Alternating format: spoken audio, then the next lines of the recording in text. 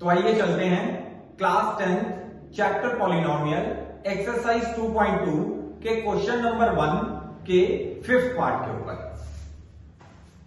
जैसे लिखा हुआ है कि find the zero of the quadratic polynomial and verify the relationship between the zero and the coefficient, जिसके लिए हमें ये सब चीजों के बारे में पता होना चाहिए।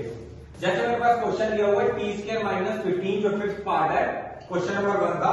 अब इसको मुझे मिनट में स्प्लिट करना है।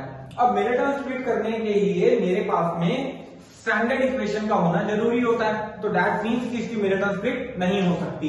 अब मिनट में स्प्लिट नहीं हो सकती तो ये क्वाड्रेटिक पॉलिनोमियल है जिसकी पावर 2 है। 2 पावर ये चीज को बताता है कि इसके जो जीरो निकलेंगे वो 2 निकलेंगे।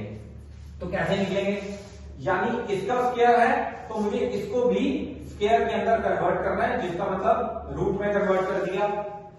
क्योंकि जो सिमिलर रूट होता है 15 इंटू रूट 15 का मतलब है इट्स कंबाइंड, और जब यहां पे रूट में कुछ नहीं गिवन होता तो दैट मींस स्क्वायर रूट होता है। तो ये दोनों पेयर में से एक पेयर रूट के बाहर आ जाता है। तो यानी इसको मैं ऐसे लिख सकता हूं, ऐसे लिख सकता हूं और फिर इसको ऐसे भी लिख सकता हूं। यानी किसी भी रूट का स्क्वायर का मतलब वो नॉर्मल रूट होता है, उसमें से अंडर रूट हट जाता है, वो नॉर्मल नंबर आ जाता है, रूट हट जाता है उसमें से। इसमें आइडेंटिटी लगी a² - b², it's a - b a + b। a की वैल्यू है t, b की वैल्यू है √15, तो t - √15 into t plus √15। So the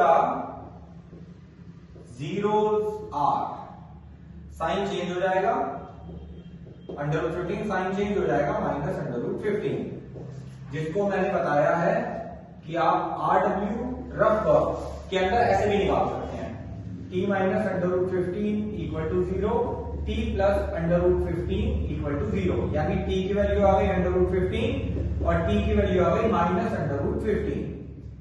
similar पहली वैल्यू अल्फा ले ली मैंने, दूसरी वैल्यू पहली वैल्यू अल्फा यानी √15, दूसरी वैल्यू बीटा यानी -√15। मेरे पे डिपेंड करता है कि मैं कोई भी वैल्यू को अल्फा, किसी भी वैल्यू को बीटा ले सकता हूं। ये मेरे रूट्स आ गए, यानी मेरे पहले रूट्स जीरो या फैक्टर एक ही बात होती है। तो पहला यानी जीरो निकालना था, तो मैंने जीरो निकाल दिया क्वाड्रेटिक पॉलिनोमियल के। दूसरा क्वेश्चन है verify the relationship between the zero and the coefficient, यानी सम ऑफ द जीरो, यानी alpha plus beta minus b by a equal to minus coefficient of x upon coefficient of x square. तो यानी कि left hand side ली मैंने, right hand side ली। Left hand side alpha की value √15, beta की value -√15, यानी √15 plus minus minus √15 cancel 0। Left hand side आ गई।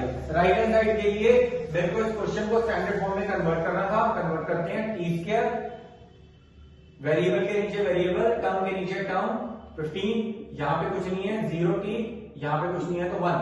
तो यानी a की वैल्यू आ गई 1, b की वैल्यू आ गई 0 और c की वैल्यू आ गई -15। इस वैल्यू को यहां डाला, यानी कि -b/a, यहां पे अल्फा प्लस बीटा लिख देते हैं, -b, यानी b की वैल्यू है 0, a की वैल्यू है 1।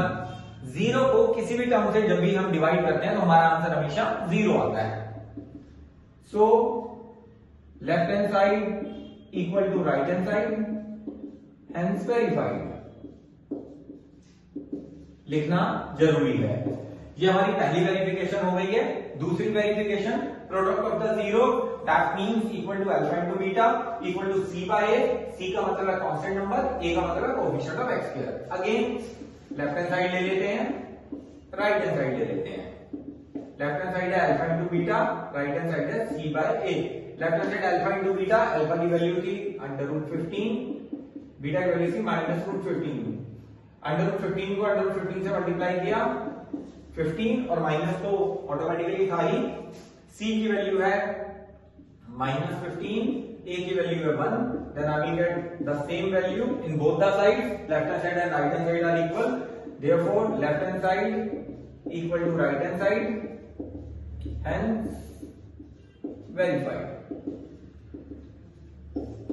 तो जो हमारी रिलेशनशिप है वो वेरीफाई हो चुकी है यहाँ पे, और हमारे रूट्स भी निकल गए हैं। क्वेश्चन के अंदर आता ही कुछ ऐसा है कि सबसे पहले हमें रूट्स निकालने होते हैं, या जीरो या फैक्टर्स एक ही बात है।